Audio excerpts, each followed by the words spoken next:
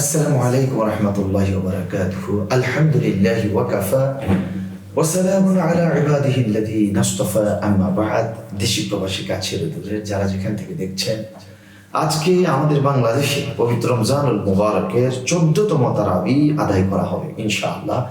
এতে রয়েছে 17তম পারা, আর 17তম পারায় যে সূরাগুলো রয়েছে, সূরা আল আম্বিয়া 1 নম্বর আয়াতে কারিমা থেকে শুরু হয়ে সূরা আল হাজর শেষ আয়াতে কারিমা পর্যন্ত এই কয়টি সূরা আজকে তেলাওয়াত করা হবে ইনশাআল্লাহ। প্রিয় দর্শক, আসুন আমরা শুরুতেই জেনে নিই, আমরা কোরআনুল কারীমের যে আয়াতগুলো, যে সূরাগুলো তেলাওয়াত শুনবো, সেই সূরাগুলোতে আমাদের করণীয় বিষয় কি রয়েছে, আল্লাহ পাক আমাদের জন্য কি নির্দেশ দিয়েছেন। আকাশ, পৃথিবী, পানি, পাহাড়, চন্দ্র, সূর্য ও রাত দিনের সৃষ্টি সম্পর্কে চিন্তা করে সঠিক পথ পাওয়ার চেষ্টা করতে হবে। আকাশ, পৃথিবী, জমিন, পানি এগুলো কে সৃষ্টি করেছেন? জবাব আসবে, তার স্রষ্টা একজন, তিনি হচ্ছেন আল্লাহ। এই বিষয়টা চিন্তা করে আমাদের রব যে আল্লাহ, তা আমাদেরকে চিন্তা গবেষণা করে সে রব্বুল আলামিনের ইবাদত করতে হবে, বন্দেগী করতে হবে। প্রত্যেকে মৃত্যুর স্বাদ গ্রহণ করতেই হবে, এটা চিরন্তন সত্য। অতএব মৃত্যুর জন্য সকলকে এই দুনিয়াতে থাকতে প্রস্তুতি গ্রহণ করা উচিত। আল্লাহকে ডাকতে হবে আশা ও ভয় সহকারে। নবী রাসূলগণ আল্লাহকে এইভাবেই ডাকতেন। সমগ্র মানব জাতি একমাত্র আল্লাহরই ইবাদত করবে, আল্লাহ ছাড়া অন্য কারো ইবাদত করার কোনো সুযোগ নেই। কিয়ামতের ভয়াবহ পরিস্থিতির কথা স্মরণ করতে হবে। কিয়ামতের দিন অত্যন্ত কঠিন অবস্থা, সবাই উলঙ্গ অবস্থায় উঠবে। সেদিন মা, বাবা, সন্তান, সন্ততি, ছেলে, মেয়ে একজন আরেকজনের কাছ থেকে পলায়ন করবে, ভাই বোন একজন আরেকজনের কাছ থেকে পলায়ন করবে। কি কঠিন পরিস্থিতি, সেই পরিস্থিতির কথা আমাদেরকে স্মরণ করতে হবে। তাওয়াফকারীদের জন্য আল্লাহর ঘরকে পবিত্র রাখতে হবে, অর্থাৎ আল্লাহ পাকের পবিত্র ঘর কাবা, সেই কাবা শরীফের চারিদিক যে মাতাফ, এই মাতাফকে সর্বাবস্থায় পবিত্র রাখতে হবে। হজের সময় পশু কোরবানি করতে হবে। হজের সময় তো যারা হজ করতে গিয়েছেন তারা তো হজের কোরবানি করবেন, আর যারা হজে যাবেন না, দেশে থাকবেন, যার উপর কোরবানি ওয়াজিব, তিনি কোরবানি করবেন। মূর্তি পূজা এবং মিথ্যা থেকে দূরে থেকে একনিষ্ঠভাবে আল্লাহর বান্দা হতে হবে। বিনয়ী বান্দার গুণাবলী আল্লাহর স্মরণে অন্তর্ভীত হওয়া, বিপদে ধৈর্য ধারণ, সালাত কায়েম। বিনয়ী বান্দার যে গুণাবলীগুলো রয়েছে, সেই গুণাবলীগুলো আমাদেরকে অর্জন করতে হবে। আল্লাহকে অত্যন্ত আন্তরিকতার সাথে স্মরণ করতে হবে। বিপদ মুসিবতে পড়ে গেলে ধৈর্য ধারণ করতে হবে, সালাত কায়েম করতে হবে। আর রব্বুল আলামিন যে রিজিক দান করেছেন, সেই রব্বুল আলামিনের দেয়া রিজিক থেকে তাঁরই পথে ব্যয় করতে হবে। কোরবানি করার সময় আল্লাহর নাম উচ্চারণ করতে হবে। কোরবানির গোশত খেতে হবে, কোরবানির গোশত খেতে হবে এবং অভাবীদের মাঝে বন্টন করতে হবে। আপনি কোরবানি করছেন, আল্লাহ আপনাকে সামর্থ্য দিয়েছে, গোশত সব ডিপ ফ্রিজে আপনি রেখে দিবেন না, তা নয়। নিজের জন্য রাখবেন, আত্মীয় স্বজনকেও দিবেন, আশেপাশে গরিব দুঃখী যারা আছে, অভাবী যারা আছে, তাদেরকেও আপনি কোরবানির গোশত বন্টন করে দেবেন। কোরবানির সময় নিয়ত আল্লাহর জন্য পরিশুদ্ধ করতে হবে। মনে রাখতে হবে, আল্লাহর দরবারে কোরবানির গোশত পৌঁছবে না, শুধু রব্বুল আলামিনের কাছে পৌঁছবে আমাদের তাকওয়া।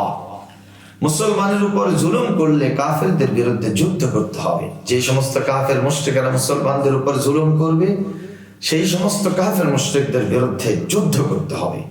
আল্লাহকে সাহায্য করলে আল্লাহ তাকে সাহায্য করবেন, অর্থাৎ আল্লাহর দ্বীন প্রতিষ্ঠায় এগিয়ে আসতে হবে। তাহলে আল্লাহ পাক রব্বুল আলামিনের সাহায্য নেমে আসবে। পৃথিবীর বুকে ভ্রমণ করে দেখতে হবে অপরাধীদের কি করুণ পরিণতি হয়েছিল, কেমন পরিণতি হয়েছিল নমরুদের, কেমন হয়েছিল সাদ্দারের, কেমন হয়েছিল ফিরআউনের, হামান, কারুন, তাদের পরিণতিটা কেমন হয়েছিল। আল্লাহ পাক নির্দেশ দিয়েছেন পৃথিবীতে ভ্রমণ করে তাদের পরিণতি দেখতে।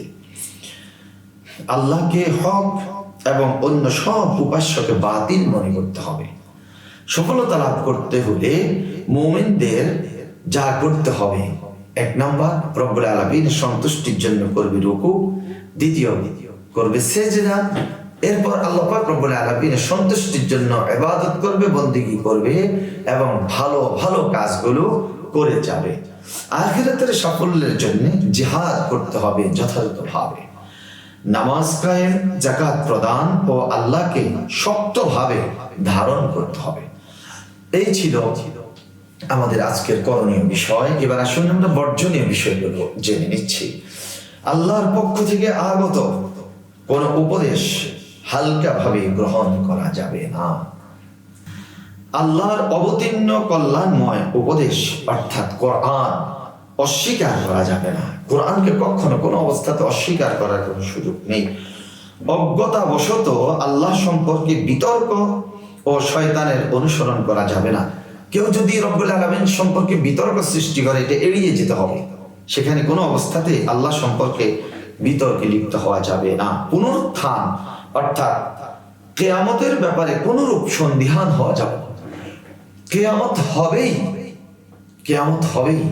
সে হাশরের ময়দানে আমাদেরকে দাঁড়াতে হবে। ওয়ানফিকা ফিস-সূরি ফাতাতুনা আফওয়াজা ওয়াত্তাকু ইয়াওমান তুরজাউনা ফীহি ইলা আল্লাহ সুম্মা তুওয়াফা কুল্লু নাফসিন মা কাসাবাত ওয়া হুম লা ইউযলামুন। আল্লাহর ইবাদত কালে মনে কোনো দ্বিধা দ্বন্দ্ব রাখা যাবে না। আমি ইবাদত করছি আল্লাহ, আল্লাহ কি দেখেন নাকি না দেখেন, আল্লাহ কি আছেন নাকি নাই, আসলে কি তিনি আছেন, এই ধরনের কোনো দ্বিধাদ্বন্দ্বে পড়া যাবে না। মসজিদে হারামে প্রবেশে বাধা দেওয়া যাবে না। মূর্তি পূজা ও মিথ্যা বলা থেকে দূরে থাকতে হবে। বিশ্বাসঘাতক ও অকৃতজ্ঞ হওয়া যাবে না। আল্লাহ তাদের মোটেও পছন্দ করেন না। আল্লাহর আয়াত সমূহ শ্রবণ করার পর কাফিরদের ন্যায় অসন্তোষ প্রকাশ করা যাবে না। আমরা আল্লাহর আয়াত শুনেছি, সামি'না ওয়া আতা'না, এখানে কোনো অসন্তোষ প্রকাশ করার কোনো সুযোগ নেই। প্রিয় দর্শক, আজকের তারাবিতে পবিত্র কোরআনুল কারীমের একটি তেলাওয়াতি সিজদা রয়েছে, সূরা আল হজর 18 নম্বর আয়াতে কারীমা।